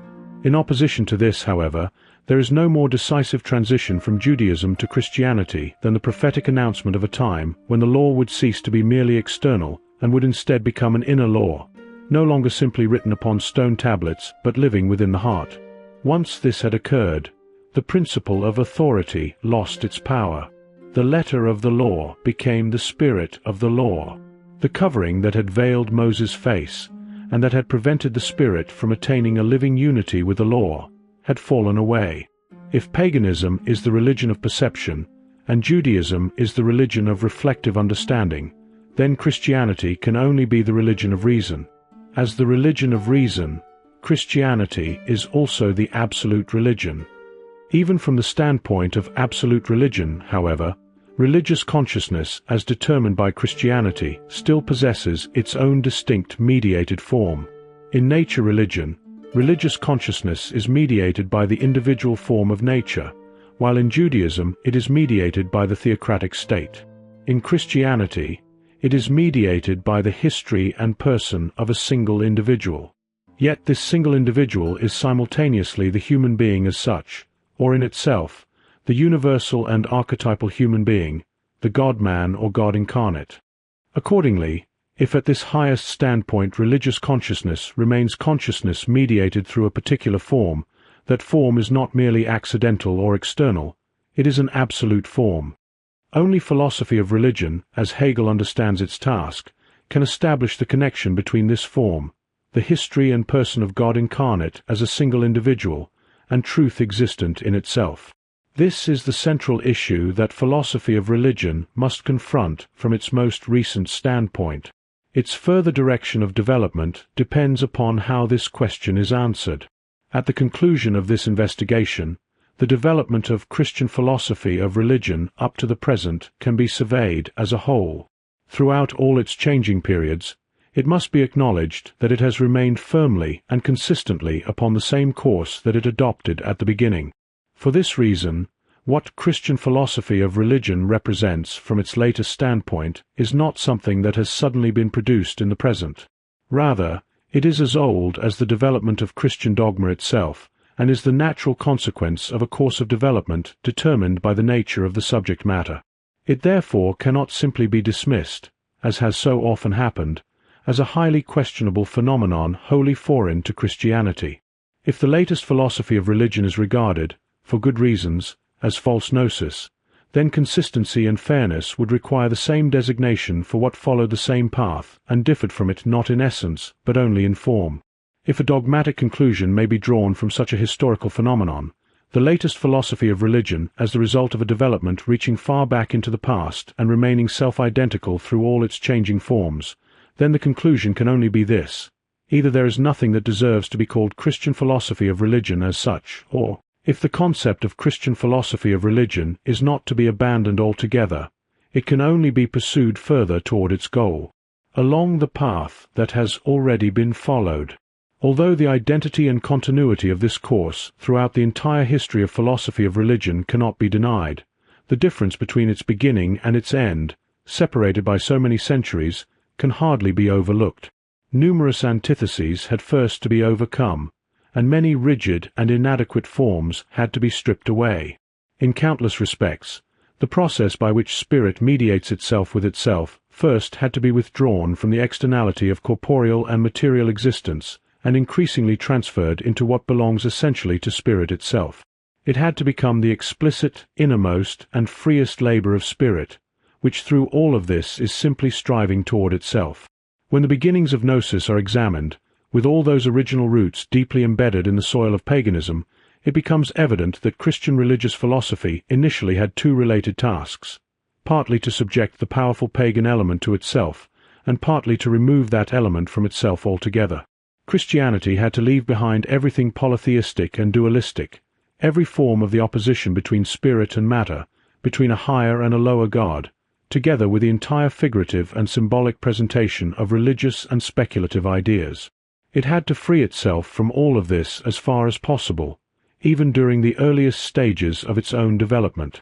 Judaism was likewise a force with which Christianity continually had to contend, and from which it could completely separate itself only by attaining a new religious standpoint. Yet, taken as a whole, what first had to become conscious in its freedom and purity was the idea of absolute spirit. This idea had taken shape in all these different forms in order to manifest its own proper nature within them and, through this mediation, to grasp itself in its own eternal truth. Whatever judgment may ultimately be passed upon the latest standpoint of philosophy of religion, it nevertheless remains certain that the labor of spirit, extending across thousands of years, can never be regarded as complete. Just as Christian philosophy of religion was able to develop from the beginning only on the foundation of objective Christianity, that same foundation, from which it can never separate itself, also provides the assurance for the future that its task can never be considered finished and its goal reached so long as all the interests that ought to lead toward the true concept of Christian philosophy of religion, and that ought to remain in balance within it, have not received their proper due.